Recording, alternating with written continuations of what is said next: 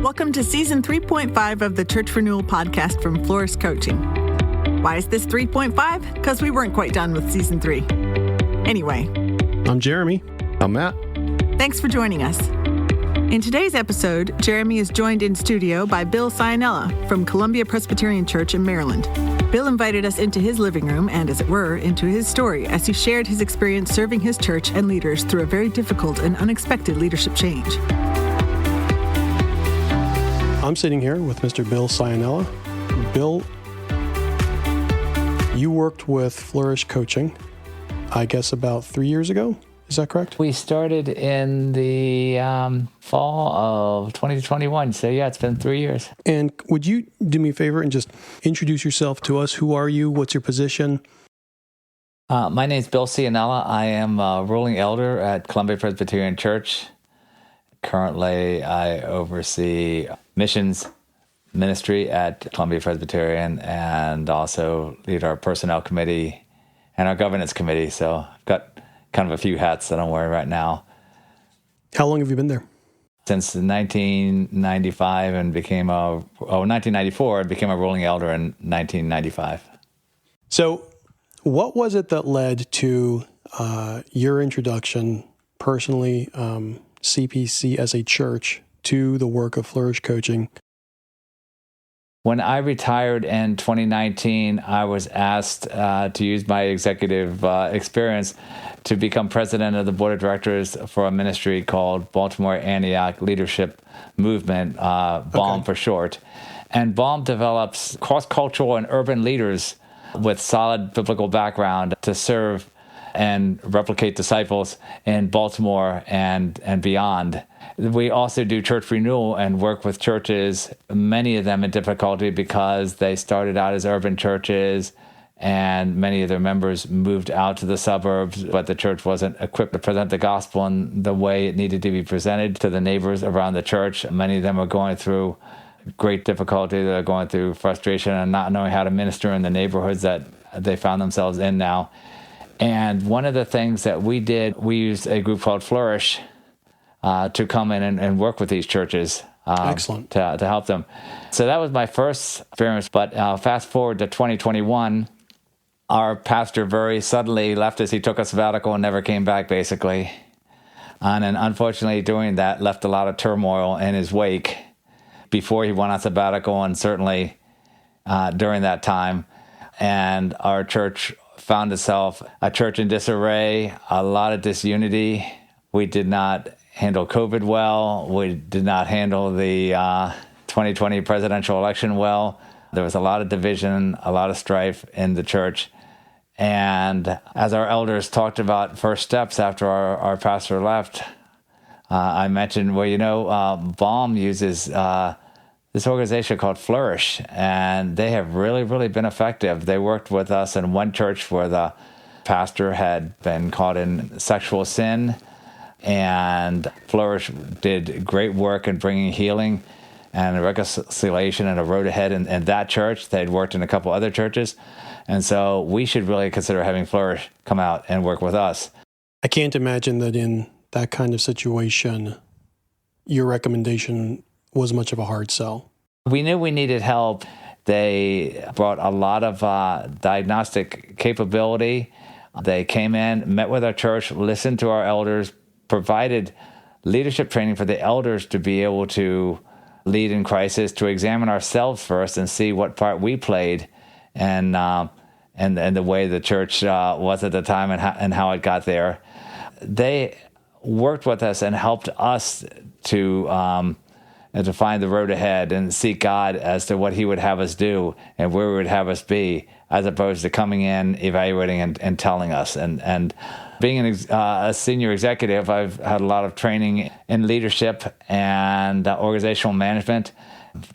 A lot of what Flourish did was the absolute best of the training that I had had in my career. They were soundly scriptural in their efforts, and they also worked with us so that it was our plan that Flourish helped us get to. Would you talk to me about the church health assessment phase of your experience? What What, if anything, about that stands out in your memory? What fears did you have as that was starting? Well, the first thing we did was we had a day-long elder retreat, and it was on pride and humility, and that was absolutely fantastic. And I think every session in a Presbyterian church or Board of Deacons in a Baptist church, if you haven't done that, I would highly recommend it, because it was very eye-opening to all of us. Because revival and healing in a church has to start with the leadership. And after we did that, we did a church assessment. And what Flourish did is they put out a survey for the whole congregation to fill out. And it was fairly extensive. And then they came in and they interviewed 25 people with an hour-long interview. And the 25 people were recommended by the elders, but we were given extensive criteria. If we could get one or two people who had left the church recently because of the turmoil. We got young people, we got old people, we got people involved in ministry, people not so involved in ministry. There was a whole list of criteria to get a different sampling. There was also a special survey for the elders, deacons, and the staff to fill out. And they took all that information, and it must have been a 60 or 70-page report, but it was well put together, well organized, and they picked 7 areas that we were really struggling in. As a group of elders, we could not have come up with that list on our own. When it was revealed to us, to a man, we said, yeah, this hits it right on the nose. Wow. What was the experience like for you elders in that first part, going through and identifying people who you knew had potentially bad feelings, had an axe to grind, and asking them to come back and speak into this diagnosis? I was one of the 2 people that were delegated to come up with a list. And I knew it was going to be painful, but I also knew how successful Flourish had been with other churches that we've used. So, it was kind of scary for some people. And we really had to trust that God had led us here to Flourish, and we had to be ready to listen, because we knew we were going to hear things we didn't want to hear. And the retreat on pride and humility really helped us prepare for listening and hearing the results of the church assessment. That's excellent. So I'm wondering about this. How did the people who had left the church respond to the invitation to come back and be a part of this assessment? There were only, out of the 25, I think 2 or 3, and I don't think we had to go past the original 2 or 3 that we asked. They were willing to come back and talk. I know in some cases I've heard that you might have to go through a slightly bigger list, but they were willing to come back, and we're very thankful. Did any of them, after going through the process, continue on to see the end result at Covenant?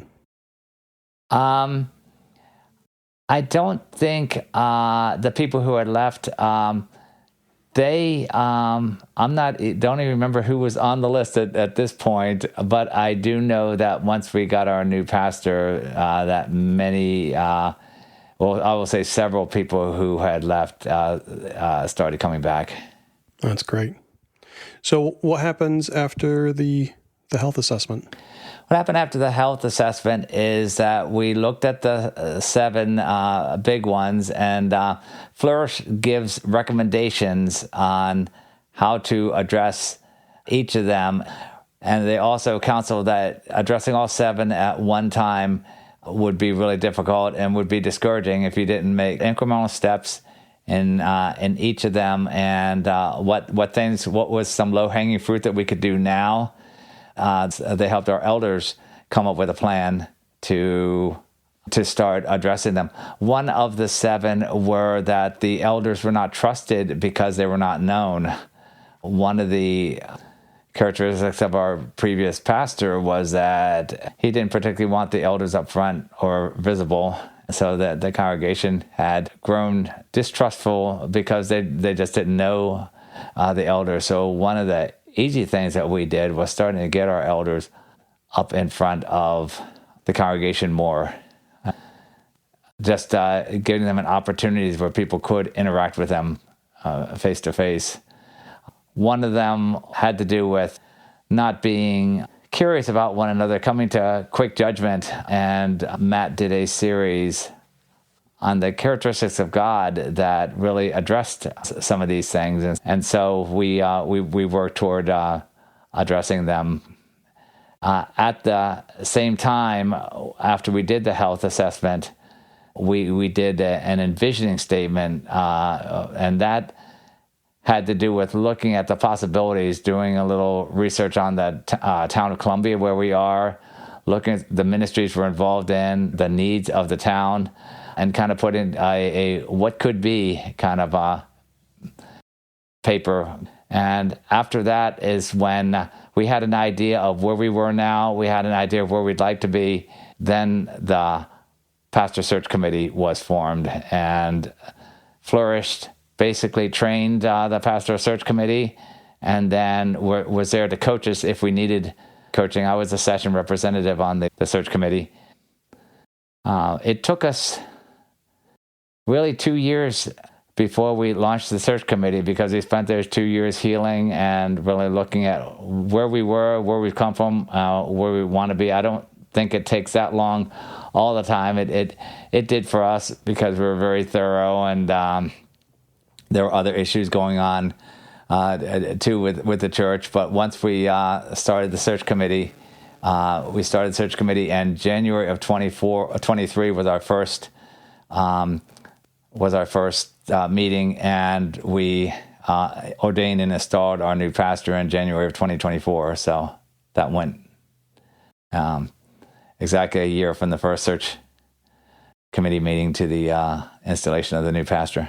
That's incredible, and that kind of time frame is not at all abnormal now, especially with the way the landscape is with churches and with pastoral searches. Yeah. But to be able to do that while you also are dealing with some long-standing, deeply entrenched patterns of dysfunction, patterns of mistrust, to be able to do that and to have a pastor who can come in with his eyes open, not only seeing who you were, but what you've done and where you're continuing to go through the process of rebuilding, restoration, reconciliation.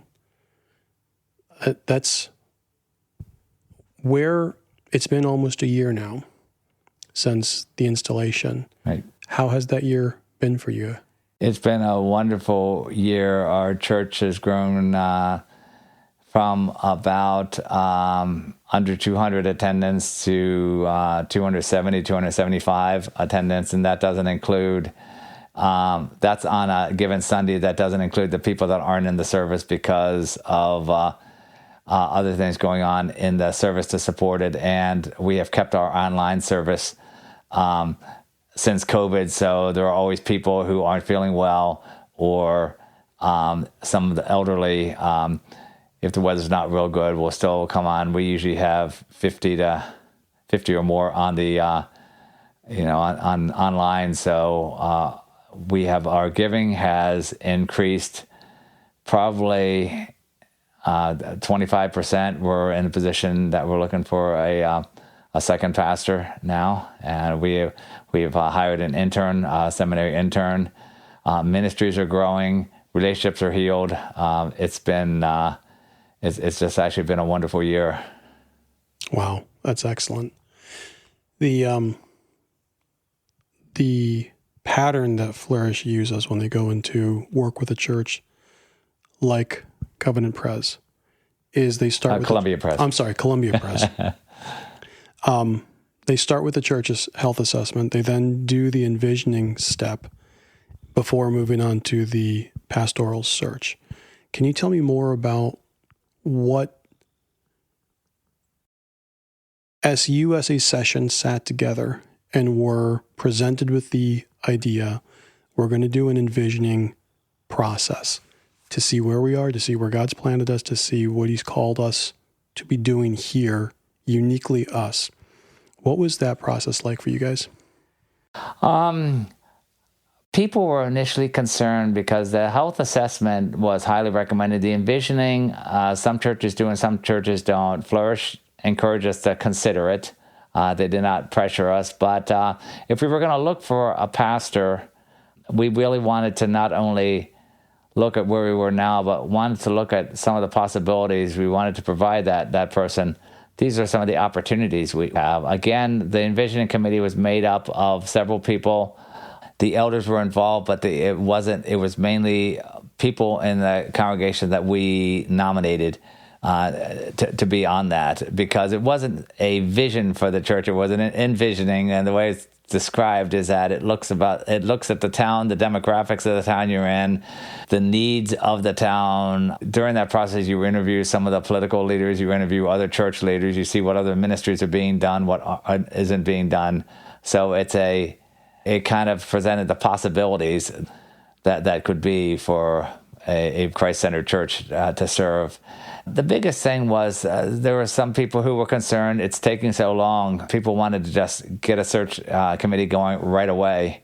And some of the counseling Matt gave is that people are tendency, especially when they lose a pastor like we lost a pastor, churches tend to look for a person who doesn't have the weaknesses of the person who just left, as opposed to who is the right person to lead the church.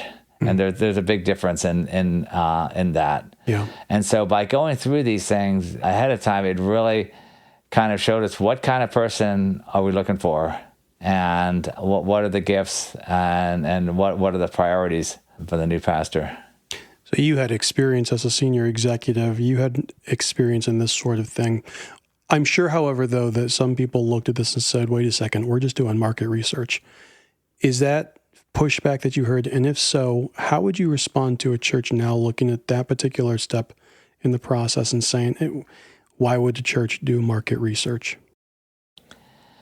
I think that the difference between market research and the envisioning is that you're looking at the gifts and the capabilities of your church and what the possibilities are. You're not looking to open up a business or sell a product. You're looking to what are some ways we can we can share the gospel. We can be more involved in the community. We can serve better. A market survey is basically looking to address a consumer need. Most people don't think they need the gospel. We were the opposite. We were looking for where are the opportunities to serve and to share the gospel, to bring the salvation message to people. So that's quite a distinction, and thank you for describing that, because I think it would be very easy to really not be able to see the difference there, because you're looking at much of the same material. And you could look at that. Someone could say, well, we're just looking at what our assets are and how we can best leverage our assets for our niche impact. And you're saying there's a motivation behind that is significantly different than one that is driven by a need to sell. Yeah. There are areas in a church that overlap between being an elder and being a senior executive in my career. There is some overlap. We get into trouble by the two extremes. The one saying there is nothing in the business world that we can apply. Church and business are 100% exclusive, different. We also get into trouble when we say they're the same. Mm-hmm. The church is not a business. Mm-hmm. And there are some parallels, there are some principles that you can use. So yeah, for sure. Well, can we talk about the pastoral search process? Yeah, the pastoral search, again, Flourish equipped us to do it. They did not do it for us. In fact, when we started, they did initial advertising for us, and they gave us a 27-step process. We modified it a little bit, but one of the things Flourish helped us with were places to look for the pastor. And they don't go in thinking that they know all the answers and, their way is the best, and if we're going to do it their way, they equip us to do the work. And where all did you go looking for other candidates? Word of mouth was one. Flourish sent us some. We looked. We posted on the Reformed Presbyterian seminaries, Covenant, Westminster, Reformed Theological Seminary. There's a PCA, Presbyterian Church in America website. We looked there, and Matt networked for us. And we took suggestions from the congregation if they knew of pastors in our denomination who were looking, to send them our way. So where did you finally find the guy who's now your Strangely enough, he was the first person who applied. And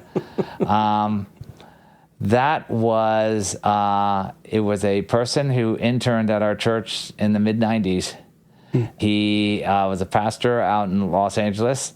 His wife's family is from Maryland. He was thinking that he'd like to pastor for 15 to 20 more years. He was looking for things on the East Coast because California was a very expensive place to retire. Mm-hmm. And I'm not sure if his in-laws notified him that we were advertising, or who might have notified him that we were advertising, but he saw our advertisement and applied. That's fantastic. We got, we probably got 12 applicants, and I want to speak to this in particular because I have friends who had, who was looking for pastors at the same time, and most other churches got more applicants than we did. But because Flourish helped us to refine and define our pastoral search and really what we were looking for, they did so well helping us put together our package and program that we got 12, but they were all pretty strong candidates. A lot of people that did not use Flourish, they got more candidates, but the quality was not the same as the quality of the Flourish. We may have gotten less candidates than other churches, but all of them were high quality candidates. I've been on search committees before, and quite honestly, you get this, and it's like, did they read the application at all? You just kind of wonder, and that didn't happen. Out of all the candidates that we got, or will be serving in good places for them. Because they're very godly men, very strong gifts. You obviously had experience with Flourish before this. What, if anything, was the most surprising outcome for you personally walking through this with Columbia Pres? I was surprised at a few things. Our process took a long time, and Matt stuck with us to the very end, and he even served as our interim pastor, flying out here 2 Sundays a week to preach. They're a first-rate organization. Their diagnostic tools were very good. Looking at the tools that they use, I was very, very impressed. I was a little surprised that there were people who thought that Flourish was running the show and making all the calls and all that, and that couldn't have been further from the truth. The Washington, D.C. is a funny area. People are a little more skeptical, I think, in this area toward contractors and consultants than they are in other parts of the country. and we had some of that to deal with. But Matt, as in all other things, was very gracious, helping people understand, that he was here at the request of the session to serve and not to enforce a way or a methodology on us. Final question here. I really appreciate you taking the time to sit down with me and have this conversation. I've enjoyed it immensely. I don't know if you've had the opportunity to listen, but I recorded a podcast season with Matt, and getting to speak with him, we did, I think, 26 different episodes. Getting to speak with him about the process in detail and hear from his perspective how God uses the work that he leads there with Flourish to serve churches, and also being able to see exactly what you're talking about, the absolute commitment to the highest standards in the analysis, the application, but also the lengths that he intentionally goes to walk humbly with the church, to recognize that he is not the answer, that Flourish is not the answer, that they're there to come alongside, to help ask questions, to help get a church set back up on their feet and moving in the direction that God's calling them. Really, the thing that we talked about all the time is what he's doing is trying to help a church discern, hear, and follow the voice of Jesus. And that's a great summary of what he does. That's what we, I think, most appreciated was the fact that he came alongside of us. We asked him to equip us to select a pastor, and he gets an A+ on that. He equipped us to select the pastor, and Matt's a very humble man. He's outgoing. He's got that strong New York personality, but that never equate that with a lack of humility. He's a very humble person, because as I said, we did not hire him to choose a pastor for us. We hired him to equip us to choose a pastor, and he did that, and couldn't have done it better. I can't think of a better place to leave it than right there. Bill, thank you again for your time. This has been an absolute pleasure. I think it's my pleasure. Thanks for listening to the Church Renewal podcast from Flourish Coaching. Flourish exists to set ministry leaders free to be effective wherever God has called them. We believe that there's only one fully sufficient reason that this day dawned. Jesus is still gathering his people, and he's using his church to do it. When pastors or churches feel stuck, our team of coaches refresh their hope in the gospel and help them clarify their strategy. If you have questions or a need, we'd love to hear from you. For more information, go to our website, flourishcoaching.org, or send an email to info@flourishcoaching.org. You can also connect with us on Facebook, X, and YouTube. We appreciate when you like, subscribe, rate, or review our show whenever you're listening. It can be hard for churches to ask for help, so when our clients tell us who referred them, we'll send a small gift to say thanks. A huge thank you to all our guests for making the time to share their stories with us. We are really blessed to have all these friends and partners. All music for this show has been licensed and was composed and created by artists. The Church Renewal podcast was directed and produced by Jeremy Seferati in association with Flourish Coaching, with the goal of equipping and encouraging your church to flourish wherever God has called you. Bye for now.